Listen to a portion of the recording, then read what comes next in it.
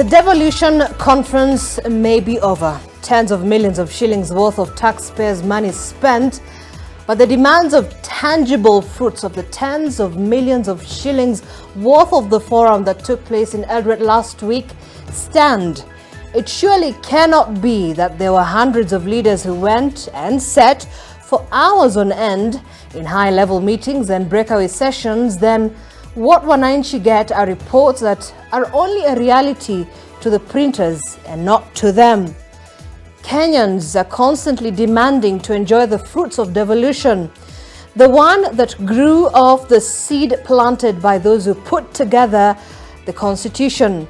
This desire is tangible, and the glaring failure to meet it on various fronts is not only a shame, but a crying one. The failures of some of the mini-presidents, more commonly known as governors, and their ilk to deliver the promise of devolved services and access to resources has left many in tears. These tears must not be turned into seasonal rivers for the leaders to jump over, but must create a stream over which the leaders row their boats until everyone gets to the promised land safely. Some weeks back, a young lady, Masita Rus, and the other residents of Uasin Gishu County openly and boldly called out the leaders under whose devolved power or devolved abuse they were losing breath. Devolution of education gave them hope that they had closer access to their dreams, but in their eyes, these leaders were placing their knees on their feeble necks. The arrest and arraignment of Senator and former Governor Jackson Mandago was hopefully not a charade, a circus, a show played out to the gallery to calm the nerves and show that there is action. They are already too beat down to be taken on flatty rendezvous that paint mirages of justice and healing. The prayer here is that it is all a legitimate part of the journey to their justice. The distressed people in Uasin Gishu were not just voicing a local issue, they were speaking the global language of frustration, worded in the heavy-heartedness and stewed in tears, regrets, and untold pain. On the floors, rooms, corridors, verandas, and many other spaces in Kocholia Hospital in Teso, Busia County are eyesores, stinking, bloody, and ironically, outright unsanitary. The facility is reduced to a patient it can't treat itself. When staff go on strike and openly speak their truth and frustrations, despite what they say are threats and claims of victimization for demanding what is rightfully theirs, Governor Paul Otuoma, something really has to give.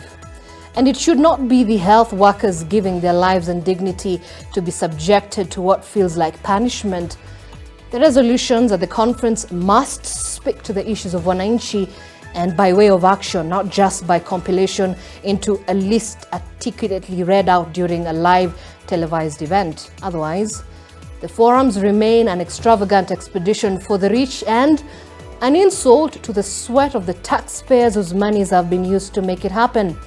Council of Governors Chairperson Governor Anne Waiguru, this is a huge test to your leadership, a litmus of, as it is said in the streets, unatosha mboga, to steer the governors and your own county into making the resolutions of the conference a tangible reality, steering the unshackling of county governments from the grip and shock hold of the national government in some key devolved areas, even by the confession of some of your counterparts. President William Ruto, during the conference, you spoke articulately on the need to deal with corruption. These devolved grafters robbed one too many a Kenyan of life, dignity, and opportunity. You have said it time and again that you seek to empower Mama Mboga. Now, please, with your constitutionally prescribed capacity, prove to her and all Kenyans that unatosha mboga, that you're up to the task that is dismantling the machinations that have created blood billionaires while bleeding out livelihoods. Tonight's memo is a call to the leadership across the country. You must inspire confidence in the public for Wananchi to feel and believe that they have leaders who hear them, care for them, and desire the best for them. Not just leaders who claim all of the above, then act below the promise. This will be done by actually doing so. Do it. Do what you vowed to do. Do what you're expected to do, not just by the people who you're entrusted to lead, but what is expected of you by the Constitution of the Republic of Kenya, the very one you vowed by, to do what you must. This Waheshimiwa will certainly not be done by propaganda, attacks, and demonization of anyone who speaks a different language from yours or that suits your narrative. It will be done through the integrity of people and processes.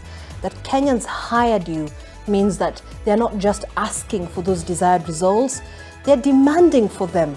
And if this is too much to ask, maybe you asked for too much at the ballot or at the vetting.